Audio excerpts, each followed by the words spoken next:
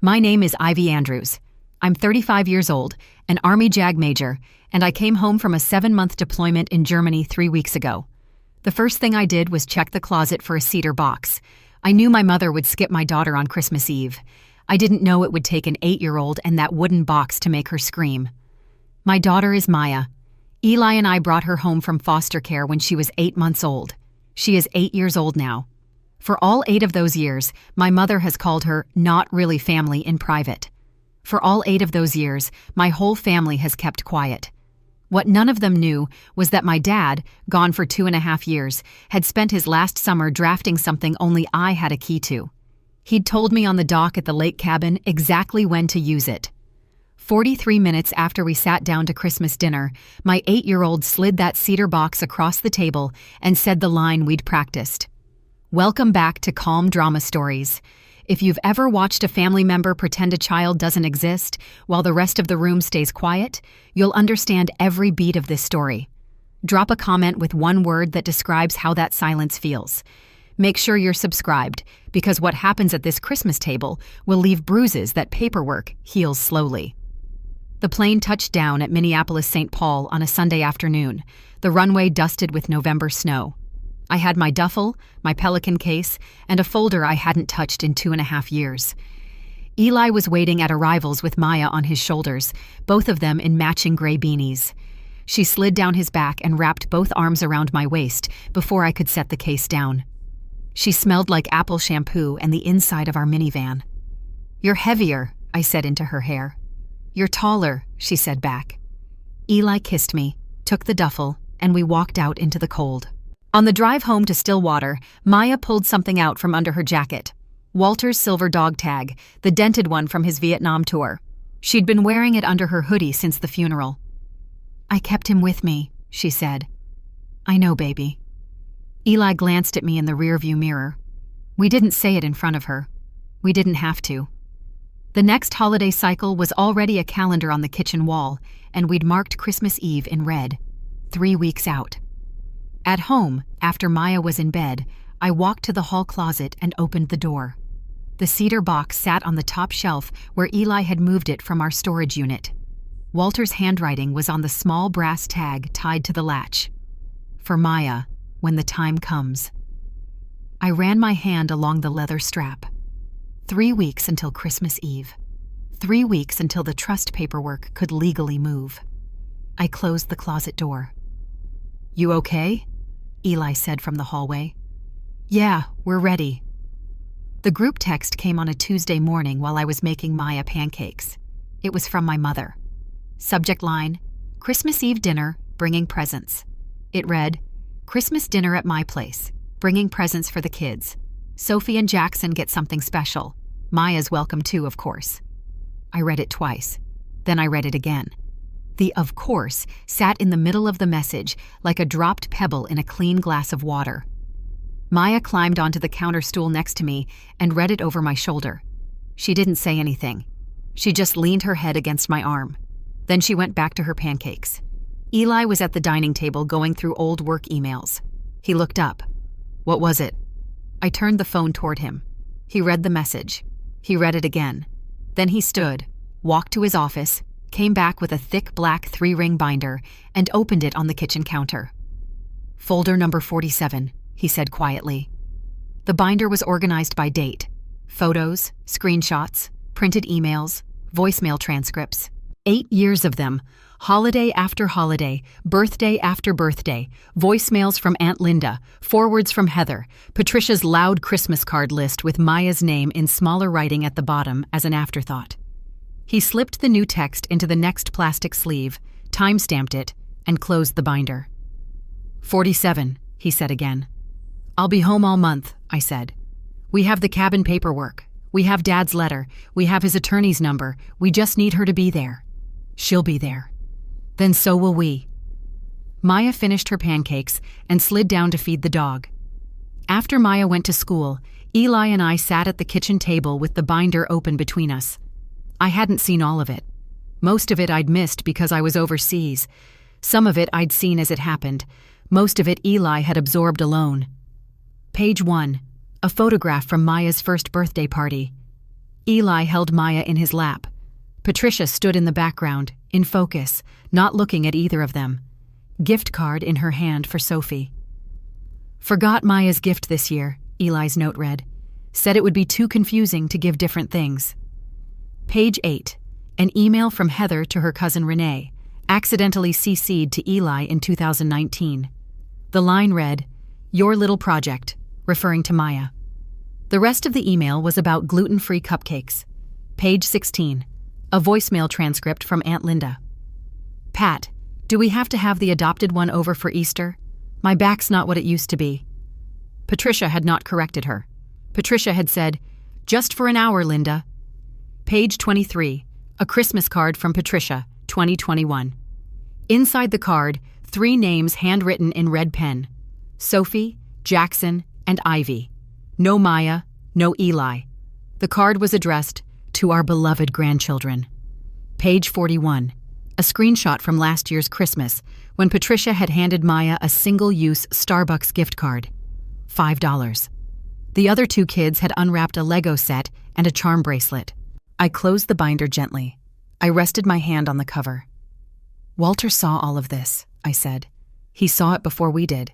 He's why we have a plan." Eli nodded once. He didn't have to say anything else.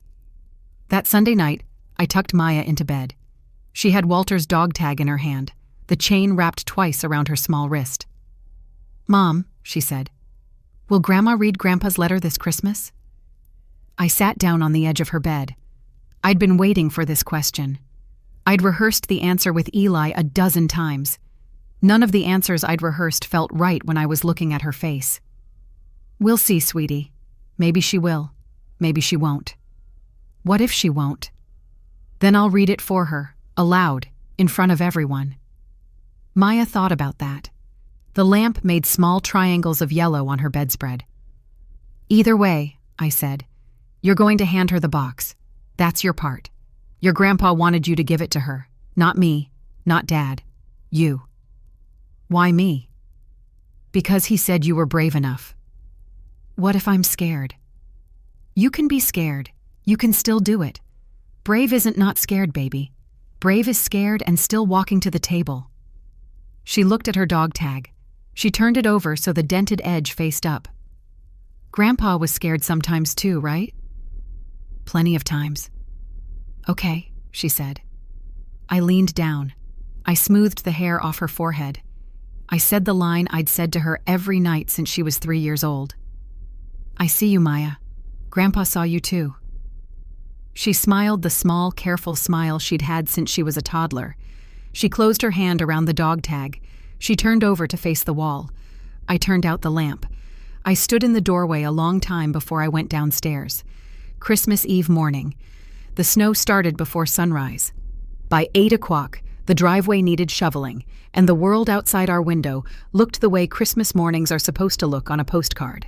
Which is to say, nothing like the inside of my mother's house. I laid out my dress uniform on the bed. Service blues, ribbons polished, name tape on the right side. Andrews. Patricia had insisted on a uniform photo for the family album every year since I made captain. She had never displayed any of them. I didn't ask her to anymore. I wore the uniform anyway because Walter had liked it, and because today the uniform was going to matter. In the mirror, I tucked Walter's silver dog tag inside my collar. The dented edge sat warm against my skin. I closed the second button over it. Maya came in wearing the red velvet dress Eli had made her, with white tights and small black Mary Janes. Her hair was in 2 French braids. She had Walter's old watch on her left wrist, set to the wrong time on purpose, because she liked it that way. "You look like a mom from a Christmas movie," she said. "You look like you," I said. Eli stood in the doorway, suit and tie, a quiet smile. Cedar box already in the car under Maya's seat. He nodded. He kissed Maya's forehead. He kissed mine. "Drive in," he said. "Eat dinner. Stay calm. Maya hands her the box when dessert's on the table. We leave when we leave." "Copy that." Maya, who had grown up around Army cadence, gave us both a small salute. Then she walked downstairs to put her coat on by herself. Still water in December looks like a town someone built on purpose for Hallmark cards. Brick storefronts, white lights wrapped around the lampposts, the river frozen at the edges. My mother's house was on a side street 4 blocks up from Main, a 2-story Victorian with a wraparound porch she'd repainted 3 times since Walter died, each time a color Walter had hated. The driveway was full when we pulled in. Heather's SUV, David's pickup, Aunt Linda's old Buick with the rosary still hanging from the mirror. The porch light was on. The wreath on the door was new, fresh balsam, gold ribbon, a brass bell at the bottom that rang when the door opened. Eli parked behind Aunt Linda's Buick.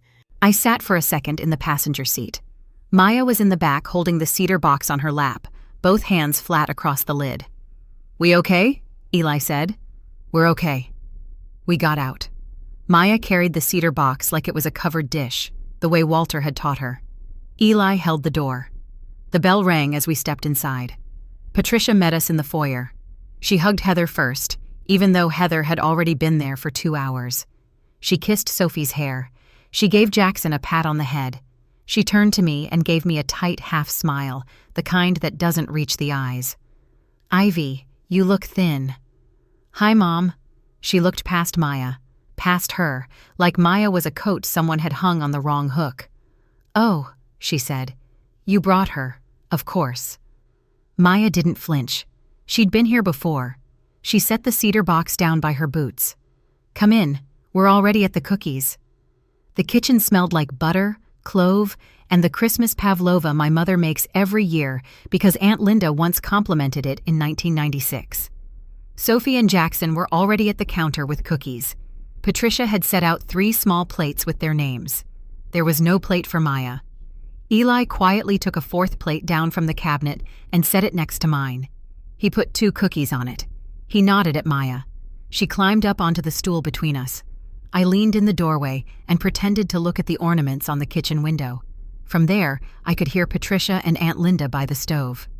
"Pat," Aunt Linda was saying, "you don't have to make a fuss for Maya. She's not really family, Pat. You said it best." Patricia laughed once, softly. "Linda, well, you said it. I'm only quoting." Heather walked past with a casserole dish. She didn't react. She must have heard. The kitchen is the size of a hallway. Eli's jaw set. He didn't turn. He didn't say anything. He picked up the cookie plate and walked back to Maya with it. I felt my chest go very quiet, the way it goes before a deposition. I'd heard versions of this line for 8 years, through screenshots, through Eli's binder, through Maya's awkward birthday parties.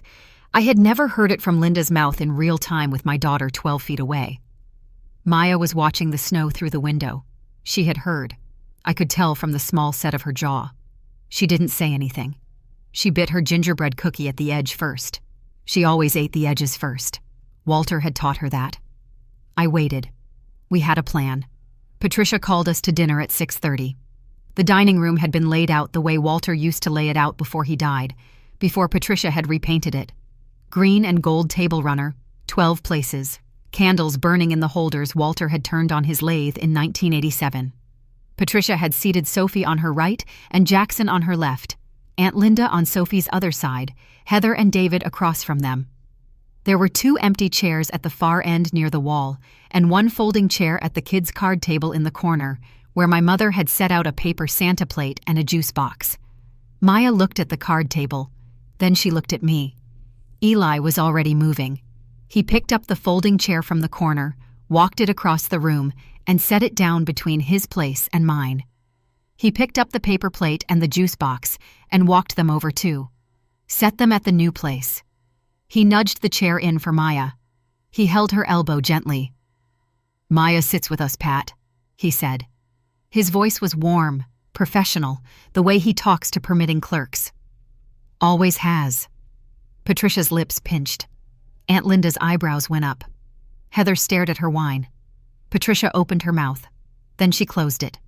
Then she said brightly, "Of course, more room for the pavlova. Heather, dear, the rolls." Maya sat down between us. Eli unfolded her napkin onto her lap. The cedar box went under her chair. Her boots touched the leather strap. She didn't look up. She picked up her water glass with both hands. The candles burned steady. The fire in the wood stove crackled. Dinner began. Dinner went the way it always went. Aunt Linda told the same story about the 1987 ice storm. David asked me playoff questions. Heather asked me 3 polite questions about Germany, none of them about Maya. Patricia complimented her own brisket twice. Maya ate. She didn't speak unless she was asked. She drank her water in small sips. She kept one foot on the cedar box under her chair, the way I'd taught her, so she could feel it the whole time. After the dishes were cleared, but before the dessert came out, Patricia announced, "Time for presents." She had wrapped them herself in matching gold paper with red ribbon. There were 2 big ones under the tree and 1 small flat one on the side table. She brought the big ones first. She handed Sophie a flat rectangle, 2 pounds, the unmistakable weight of a tablet. "For my smart girl. Open it." Sophie tore through the paper. iPad Pro. The new one, $1,200 retail. Sophie made the sound 10-year-olds make. She held it over her head. David clapped twice. Patricia handed Jackson a square box. "And for my little engineer." Jackson opened it. Nintendo Switch OLED. He yelled. Sophie yelled. Heather laughed. Patricia walked back to the side table. She picked up the small flat envelope. She walked over to where Maya was sitting between Eli and me. She handed Maya the envelope with 2 hands, like a small ceremony. "Here you go, sweetheart. Merry Christmas." Maya opened it. A drugstore Christmas card. A printed snowman. No money inside. No note. Just the card. Sophie looked up from her iPad. "Mom, where's Maya's iPad?" "Sophie, hush," Patricia said quickly. "We have rules."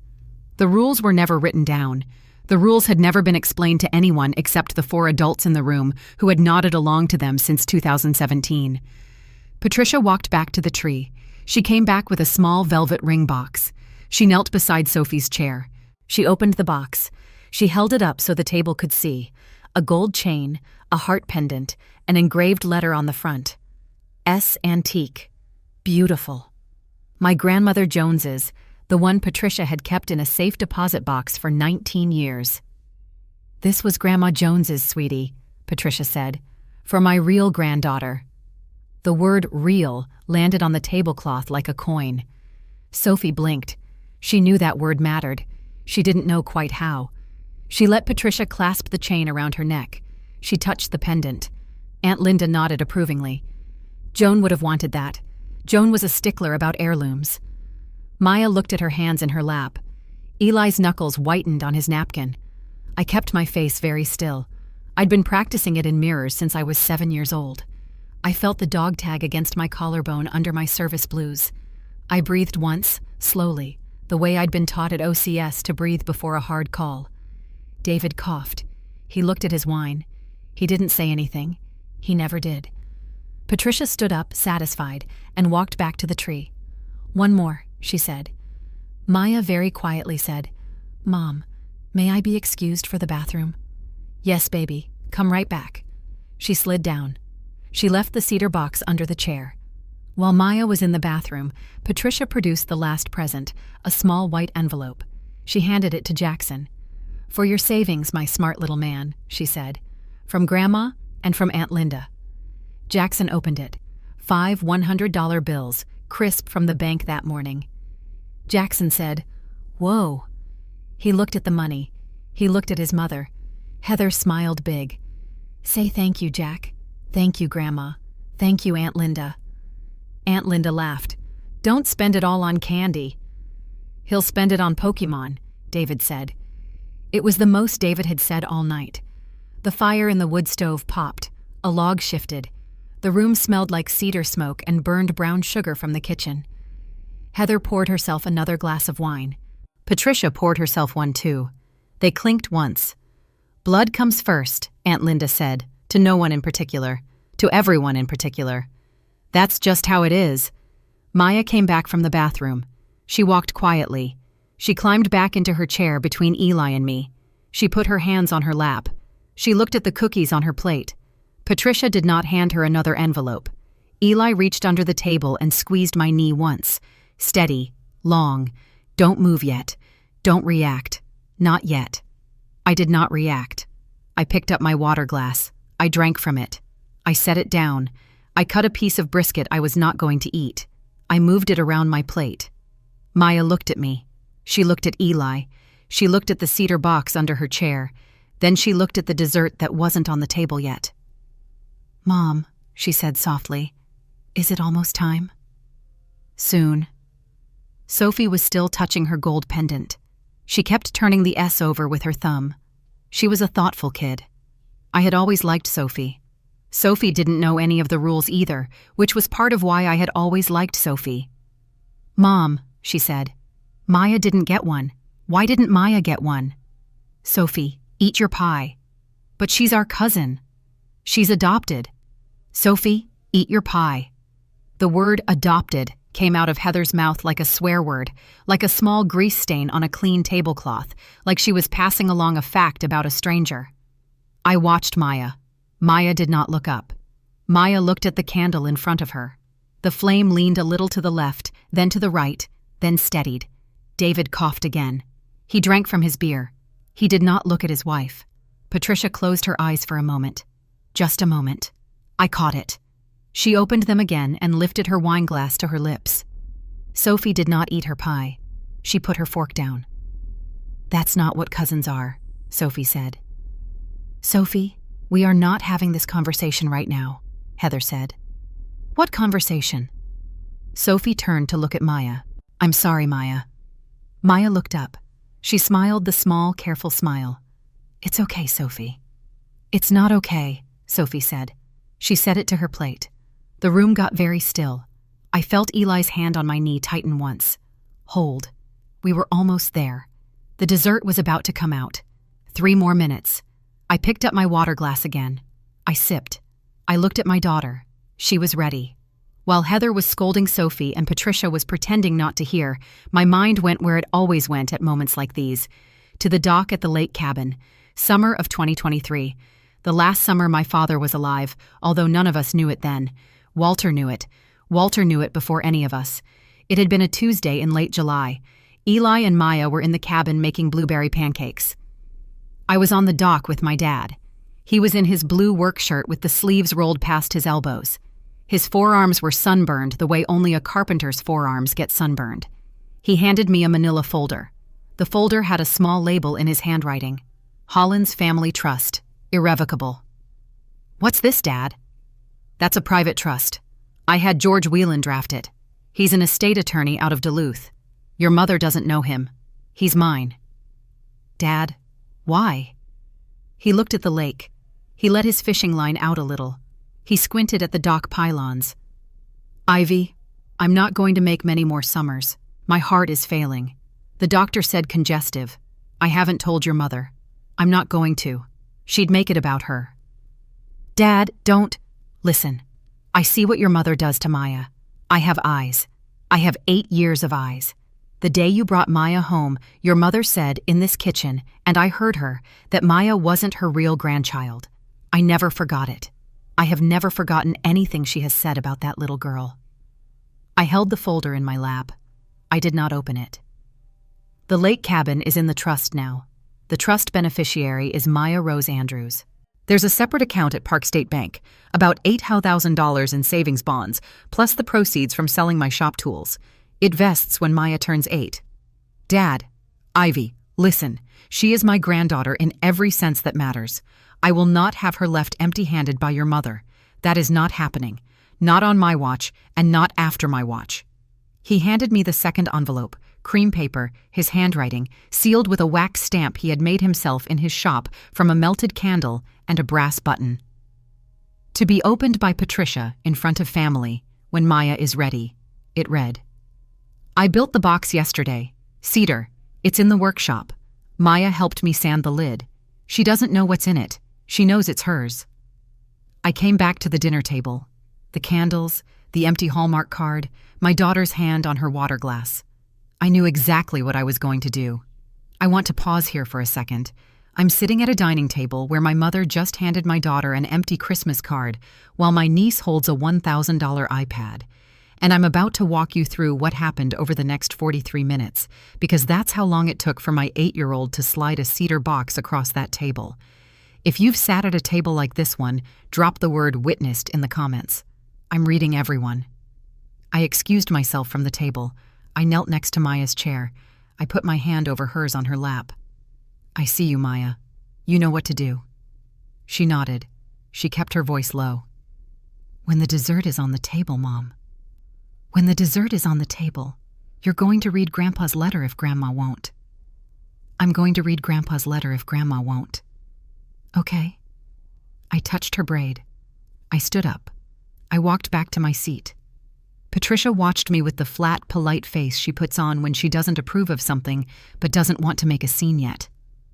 "Everything okay, Ivy?" "Everything's fine, Mom. You spoiled her, out there in all that traveling, that military life. She doesn't even sit still." I didn't answer. I picked up my water glass. Maya reached down under her chair. She rested her small hand on the leather strap of the cedar box. She left her hand there. She did not pick the box up. She just held the strap, the way you hold a dog's leash before you stand up to walk it. The leather strap was scuffed near the buckle, where Walter had hooked the box on his belt to carry it from the shop to the porch. Maya knew that scuff. She had sat on his lap in the workshop the day he sanded the lid. She had asked him what was inside. He had said, "Something you can hand your grandma someday, sweetheart." She had asked, "What if I don't want to?" He had said, "Then you don't have to, but it's yours when you do." Heather brought the apple pie out of the kitchen on a glass cake stand. She set it in the middle of the table with 2 pie servers and a small jug of cream. Aunt Linda sliced the first piece for Patricia. Patricia waved her off and stood up. She tapped her wine glass with a butter knife. The room quieted. "I just want to say something," Patricia said, "before we get into the pie." She looked around the table. She smiled at Sophie. She smiled at Jackson. She smiled vaguely past Maya. "Family is everything. Walter, rest his soul, used to say it all the time. Family is blood. That's what he said. Sophie, Jackson, you're my heart. You always will be. And we don't do half measures in this family. We give what we can. We give to the kids we have." David shifted in his chair. He looked at his plate. Heather's eyes were a little too bright from the wine. I put my hand on Maya's hand. She let me. Eli silently reached for his phone, opened the voice memo app, and pressed record. He set the phone on the table between him and me, face down, the microphone toward Patricia. He had told me he was going to do this. I had told him to do it. "Walter always said family was blood," Patricia repeated. "I think about that a lot. I think about it every Christmas." She raised her glass. "To the kids," she said. Heather raised her glass. Aunt Linda raised her glass. David raised his. I did not raise mine. Eli did not raise his. Maya did not raise her water glass. She looked down at her hands. Patricia drank. Patricia sat down. She seemed pleased with herself. She passed the pie around. Heather served Sophie. Aunt Linda served Jackson. Heather served David. David served Heather. Patricia served herself. No one served Maya. Eli quietly stood up, picked up a clean plate from the buffet behind us, cut a slice for Maya himself, and set it in front of her. He put a small dollop of cream on top because she liked cream. He did all of this without saying a single word. Patricia watched him. She did not say anything either. "And speaking of family," Patricia said, picking up her wine glass, "Heather, dear, I've been thinking about the lake cabin for next summer. The Airbnb has been such a nice little business. I think we should fix up the dock this year, maybe screen in the porch. The reviews keep mentioning the mosquitoes." Heather brightened. "Oh, Mom, that's a great idea. We could do it Memorial Day weekend." "Maybe," Patricia said. "We did about $4,000 last August. Imagine what a screened porch would do." Eli's hand under the table found my knee again. He squeezed.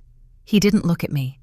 Patricia was, with apparent unconcern, telling everyone at the table that she had been turning my father's lake cabin into a rental property. She did not know, could not know, that the cabin had not been hers to rent for 2.5 years. She was monetizing something she did not own. She was monetizing it in front of the 8-year-old who owned it. Eli looked at me. I looked at Maya. Maya looked at the cedar box. The pie was on the table. It was time. I gave Maya the smallest nod. She set her fork down. She wiped her mouth on her napkin, the way Eli had taught her. She folded the napkin once, set it next to her plate. She slid down off the folding chair. She reached under and lifted the cedar box up with both hands. It was heavier than she was used to. She held it against her chest. The leather strap dangled. She walked the long way around the dining table, past Heather, past David, past Aunt Linda. The wood floor creaked under her Mary Janes. Heather looked up. Heather's fork stopped in midair. "Maya," Heather said. "What, sweetie? What are you doing?" Maya didn't answer. She walked past Heather. She walked past Aunt Linda. She stopped at the head of the table, where Patricia was sitting with her wine and her pie and her satisfied smile. She set the cedar box on the table in front of Patricia. She slid it the last 6 inches forward with both hands until the front edge of the box touched the edge of Patricia's plate. She kept her hands on the box for a moment. Then she let go. She put her hands at her sides, the way Walter had taught her to stand at attention. She tilted her chin up just a little. The room was very quiet. The fire popped once in the wood stove. The candles flickered. Maya said, in a voice that was small but clear, "Grandma, Mom told me to give this to you if you ever ignored me again."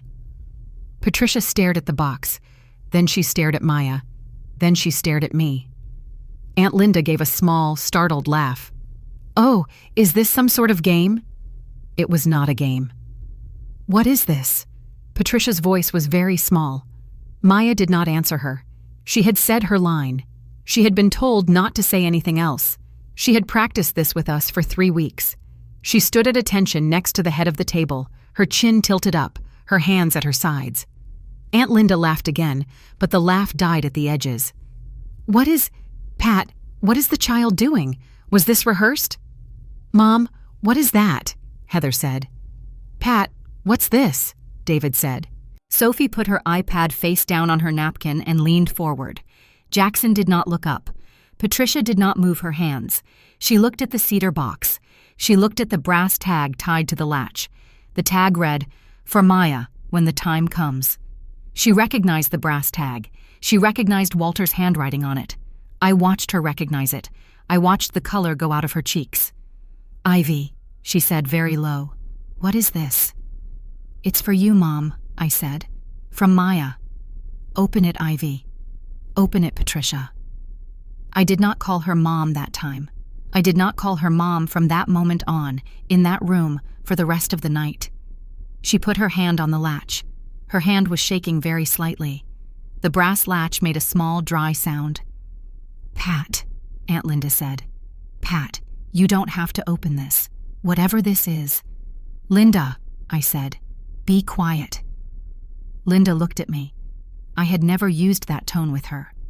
I held her gaze the way you hold the gaze of a witness during cross-examination. She closed her mouth. Patricia opened the latch. The lid creaked. The cedar smell came up out of the box. Walter had varnished it 3 times with the linseed oil he kept in his workshop, and the smell was unmistakable, and Patricia recognized it. I saw the recognition pass across her face. Inside the box, in neat order, were 3 things. On top, a manila folder labeled in Walter's handwriting. Holland's Family Trust, irrevocable, executed June 14, 2023. Under that, a second manila folder labeled Beneficiary, Maya Rose Andrews. Under that, a sealed cream envelope with a small wax seal Walter had made himself from a brass button. And on top of everything, propped against the inside of the lid, a 4x6 photograph. Walter, sunburned, in the blue work shirt with the sleeves rolled up. He was sitting on the dock at the lake cabin. Maya was 2 years old. She was sitting on his lap. They were both grinning. Maya had her hand on his beard. Patricia saw the photograph first. She made a small sound, not a word. A small breath in. She reached for the photograph and stopped.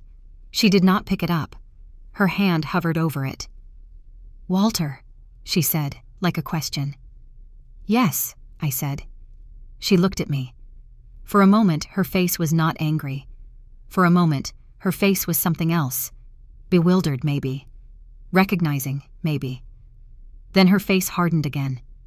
She picked up the first manila folder. She opened it. The trust document was 18 pages. She read the first page. She read the second page. She got to the page that listed the lake cabin under the heading Trust Property.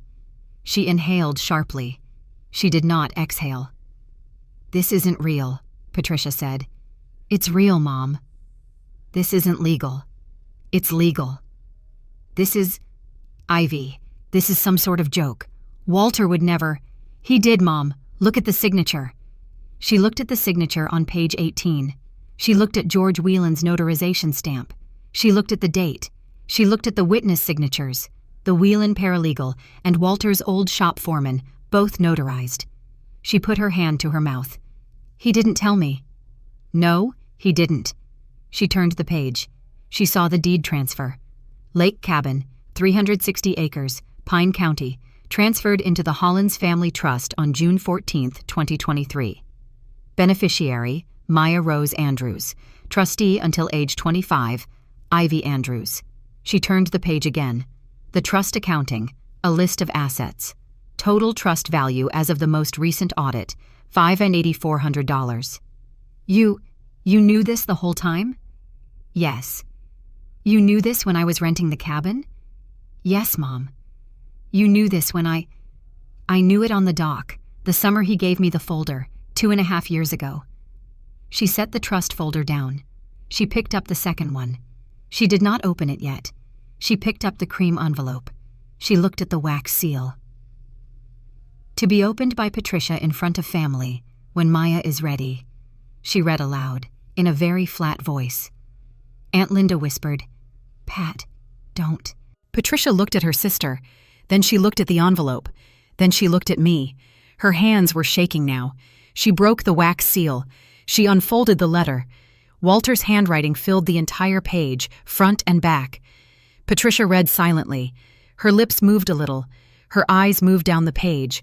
Her face went white. Not pale, white. She closed the letter. She put it back in the envelope. She set the envelope on the table. I can't read this aloud, she said. Read it, Mom. Ivy, read it aloud to the family. Ivy, please. Read it, Mom. He wrote it for you to read aloud.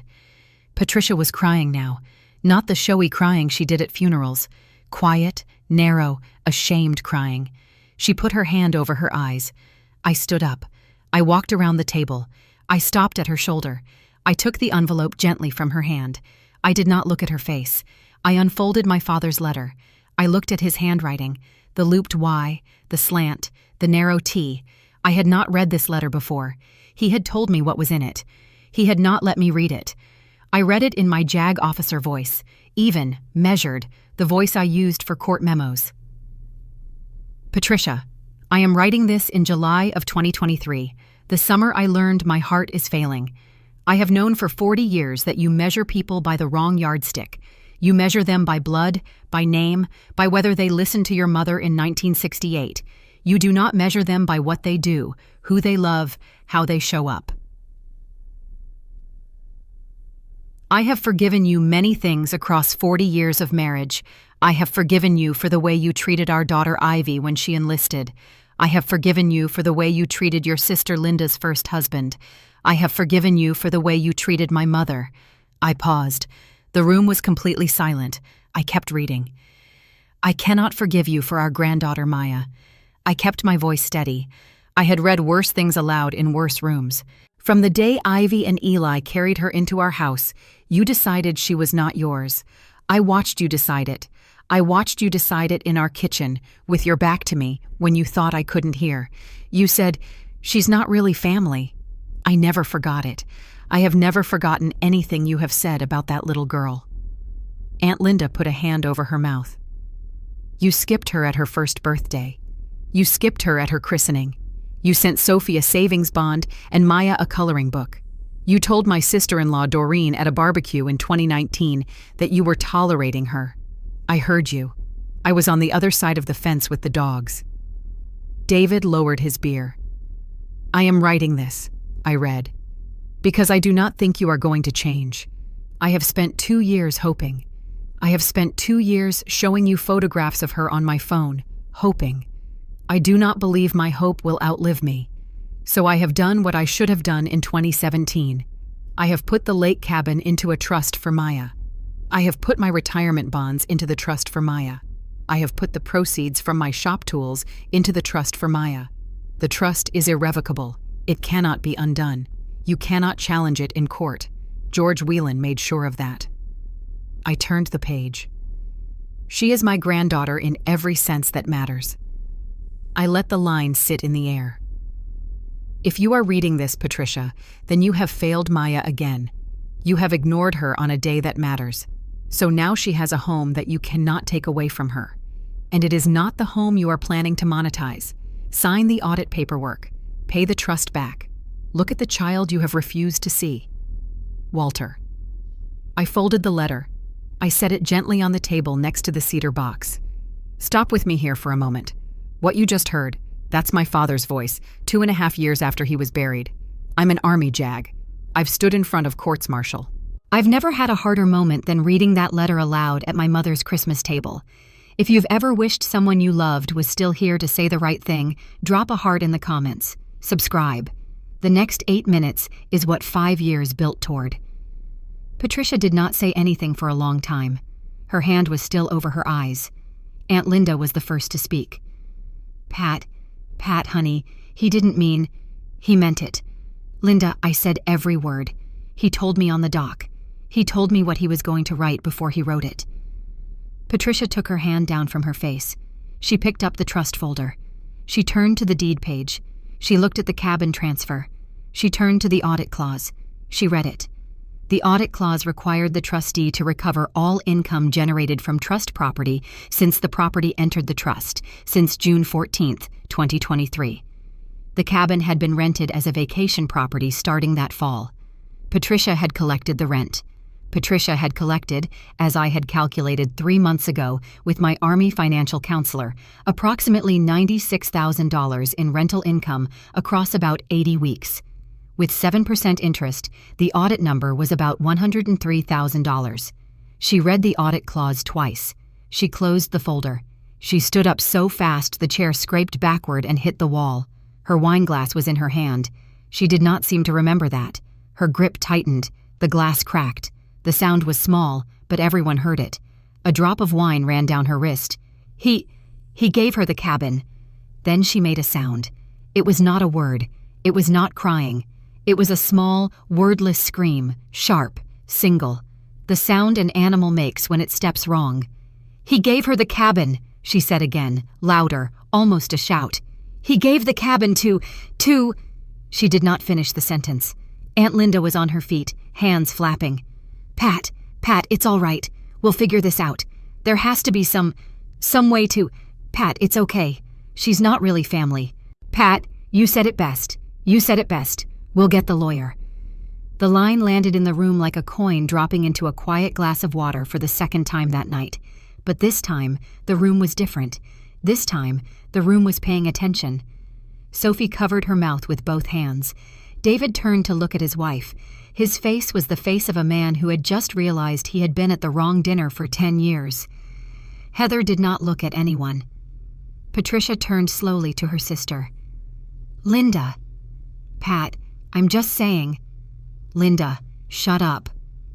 Aunt Linda's mouth stayed open. Patricia had never spoken to her that way in living memory. She closed her mouth. She sat down.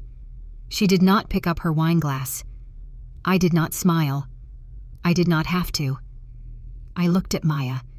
Maya was still standing at attention beside Patricia's chair, her hands at her sides, her chin tilted up. She had not moved during the entire reading of the letter. She had not flinched at the scream.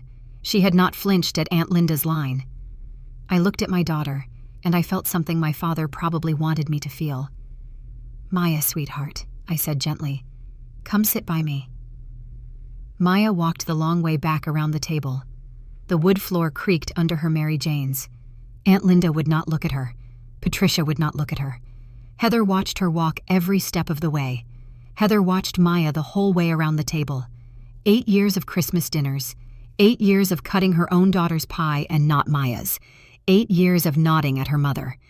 Heather's face did something I had not seen on Heather's face in a very long time. It crumpled just at the corners, just for a second. Her mouth worked silently. She looked at her daughter Sophie. Sophie was watching her. Sophie's hand was still over her mouth. She looked at Maya. She really looked at her. Maya looked back. Maya gave the same small, careful, polite smile she had given when Patricia had handed her the empty card. Heather did not apologize. Heather did not say a word. Heather just looked, and then Heather looked down at her pie. The moment closed. Maya sat down between Eli and me. Eli put his hand on her shoulder. Maya put her hand over his. I waited. I waited until Patricia was looking at me again. I waited until Linda had stopped tearing at her napkin. I waited until David was looking at the table and not at his wife. I waited until Sophie's hand had come down from her mouth. The fire crackled in the wood stove. The candles burned. Outside, the snow had picked up. I could see the white flakes drifting past the dining room window like static on a television. I stood up, not abruptly, not theatrically, the way I stood up in court before reading a charge. Slowly, centered, both feet planted. The room did not need me to raise my voice. The room was already listening. "Mom," I said. Patricia looked at me. "Let me walk you through it." I kept my voice in the cadence I had been taught to use at OCS. Even, measured, one sentence per breath. No emphasis, no theatrics. The voice that means I know exactly what I'm saying, and there is no part of this I am improvising. The Hollins Family Trust is irrevocable. It was executed by Dad on June 14, 2023, with attorney George Whelan of Whelan & Sons in Duluth, Minnesota. The trust was properly witnessed and notarized by Mr. Whelan's paralegal and by Russell Pratt, who was Dad's shop foreman for 14 years. Patricia opened her mouth. "I'm not done, Mom. Listen." She closed her mouth. "The sole beneficiary of the trust is Maya Rose Andrews. The trustee is me, until Maya turns 25. The trust property includes the lake cabin at Pine County parcel number 4117008-6, approximately 360 acres on Big Pine Lake, $8,000 in U.S. Treasury savings bonds, originally Dad's, and the proceeds from the sale of his shop tools and equipment deposited in a trust account at Park State Bank." I looked at the table. The lake cabin transferred to trust ownership on Dad's death date, October 22, 2023. From that date forward, you did not own the cabin. You did not have the legal authority to rent it. You did not have the legal authority to keep the rental income. Patricia made a small sound. I kept going. The audit clause in Section 7 of the trust requires the trustee, that's me, to recover all income generated from trust property plus 7% interest per annum. By my calculation, you've collected approximately $96,000 in rental income across 80 weeks. The audit number with interest is approximately $103,000. The audit will be conducted by Wan & Son starting January 7th. You will receive certified notice by mail next week. I let that sit. The room was completely still. Aunt Linda was holding her napkin against her face. "I am not asking for the money back, Mom. The trust is asking. I am the messenger." Patricia stood up again. She was past white now. She was flushed. Her hands were shaking. She pointed at me. Then she pointed at Maya. Then she pointed at me again. You knew. You knew the whole time. You let me rent it out. You watched for years. You watched me. Your own mother." "I watched, Mom. You let me steal. You let me steal from a child." "No, Mom. I let you choose. Every month I let you choose. Every Christmas I let you choose." What is that supposed to mean? You had 2.5 years to be Dad's wife, to be the person he thought he had married. You kept choosing not to. You kept choosing the cabin rentals instead of his granddaughter. He would never. He did, Mom. He told me on the dock. He gave me the key to George Whelan's office. He gave me the brass tag for the box. He let me choose when to use it. Patricia put her hands flat on the table. She leaned into them. Her chest moved up and down. "You let your own mother. I let my mother be my mother until she stopped being one to my daughter. Then I let her be exactly what she chose to be." Ivy, this is cruel. This is January 7th, Mom. This is paperwork. This is what Dad asked me to do. She made the second sound. It was bigger than the first. It was a real scream, low in her throat, the kind that comes out of grief instead of anger. She covered her face with both hands. Maya watched her. Maya did not look afraid. Maya looked at Patricia the way Walter had once looked at a wounded deer he had to put down behind his shop in the fall of 2009 when Maya was a baby and I had been on leave. It was not satisfaction on my daughter's face. It was not even forgiveness. It was, I think, the beginning of understanding. I walked around the table to Maya. I knelt by her chair. I smoothed her braid. The dog tag under my collar moved against my collarbone. I see you, Maya. She looked up at me. Her eyes were dry. She had been ready for this. We had practiced it. Grandpa saw me too. Yes, sweetie, he did. I stood up. Eli was already on his feet. He pulled Maya's coat off the back of the chair. He helped her into it. He buttoned the top button under her chin. He picked up the cedar box. He held it under his arm. He picked up Walter's letter from the table. He folded it once and slid it into the inside pocket of his suit jacket. I turned to the table. Patricia. She did not look at me. Patricia, the cabin will be cleared and the keys returned to the Andrews family by July 1st. The audit is January 7th. You will be notified by mail. She did not look at me. Linda, do not call. Not for any reason. Not for Easter. Not for my birthday. Not for anyone's birthday. Do not write. Do not show up. Aunt Linda nodded into her napkin. Heather. Heather looked up. Her eyes were wet. When Sophie is older, not next year, when she chooses to write to Maya, she can write. Until then, you don't write either. You don't text. You don't drop by. Sophie can choose for herself, in her own time. That's between Sophie and Maya. Heather nodded once. Sophie was crying quietly now into her napkin. Jackson was finally looking up from his iPad. David. David nodded once. He had never been the problem. He had also never been the solution. He knew the difference, and he didn't argue it. I picked up my own coat. I picked up Maya's small hand. The three of us walked toward the foyer. The brass bell on the door rang as Eli opened it. The cold air came in. We walked out into the snow. The SUV started slow in the cold. Eli let it idle a minute. He turned the heater on. Maya sat in her booster seat in the back, the cedar box on her lap, her hand flat across the lid. She did not say anything for a while. Eli pulled out of Patricia's driveway. The Christmas lights on the porch railing reflected off the snow. The house got smaller in the rearview mirror. The brass bell on the door rang once when the wind caught it, very faintly. None of us looked back. We drove out of Stillwater toward Highway 36. The snow was thick enough that the streetlights had halos around them. The wipers ticked. After about 10 minutes, Maya said, Mom, will Grandma write back? Probably not, sweetie. Okay. She was quiet for a while longer. The heat finally hit her in the back seat. She unzipped her coat. She kept her hand on the cedar box. Then she said, I like the cabin. Good, Eli said gently. We're going next summer. Another quiet stretch. The wipers ticked. The heater hummed. Then Maya said, Mom, can I bring my friend Tessa to the cabin? I laughed. It was the first time I had laughed in 3 weeks. I laughed harder than I expected. I had to wipe my eyes. Yes, baby, I said. You can bring whoever you want. It's your cabin.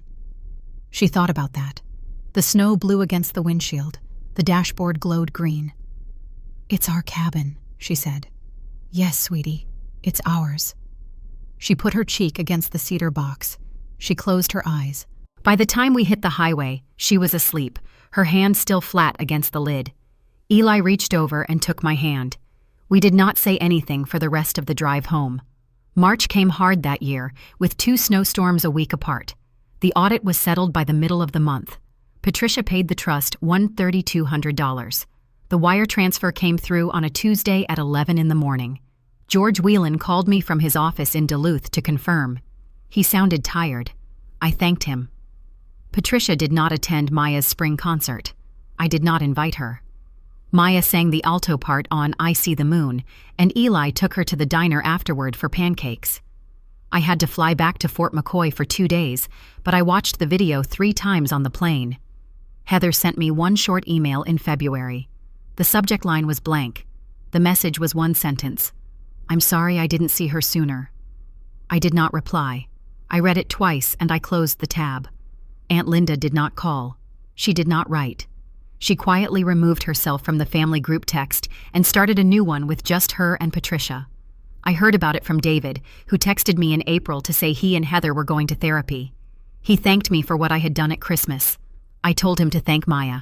Sophie sent Maya a handmade Easter card in April. Pink construction paper. A drawing of 2 girls holding hands. A note inside. I miss you. Mom says I can write you when I want. Love, Sophie. Maya wrote back. She let me read it before she sealed it. The letter was short, and it was kind. She signed it with a small heart. The cedar box lives on our mantelpiece now. The varnish has darkened a little with age. Walter's silver dog tag rests on top of it. The dented edge facing up, the chain coiled the way Maya likes it. Maya is 9 now. The cabin opens in May. She has invited Tessa, Sophie, and her best friend Andre from down the block. Eli is sanding the dock on weekends. I made the selection for promotion to lieutenant colonel last month. My next station is the Pentagon. We will keep the house in Stillwater. Maya wants to keep the house in Stillwater. I learned one thing from my father after he was gone that I am not sure I would have learned any other way. Family isn't a line you draw with blood. It's a chair you set at the table every single time, even when other people pretend the chair isn't there. That's my story. A cedar box, a dad who saw clearly, and an 8-year-old who knew what to do. If this story reminded you to set the chair, set it tonight. If you know someone who needed to hear this, share it. Drop a comment, subscribe, and I'll see you in the next one.